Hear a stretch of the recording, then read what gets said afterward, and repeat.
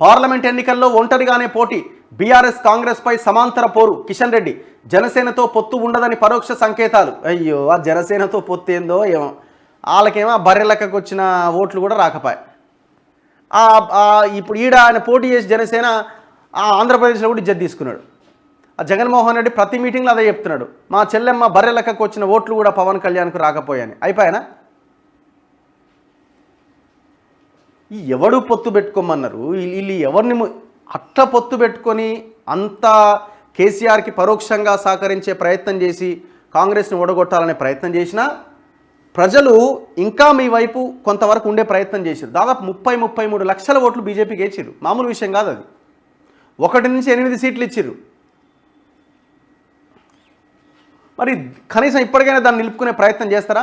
లేదు. ఎందుకు? మళ్ళీ తానుకుంటూనే ఉన్నారు లోపల, నేను అధ్యక్షుడిని.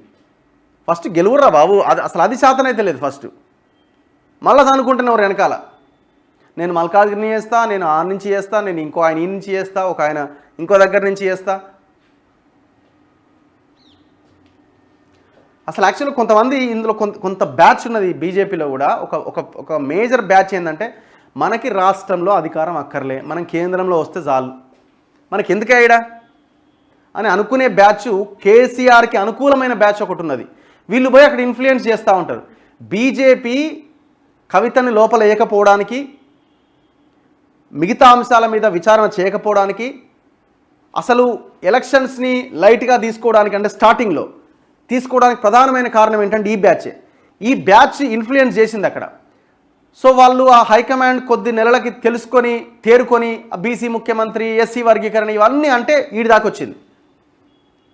వాళ్ళు కనుక అప్పుడే ఇన్ఫ్లుయెన్స్ అవ్వకపోయింటే సిచ్యువేషన్ వేరేలాగా ఉండేది. ఇవాళ సింగిల్ లార్జెస్ట్ పార్టీగా బీజేపీ ఉండేది.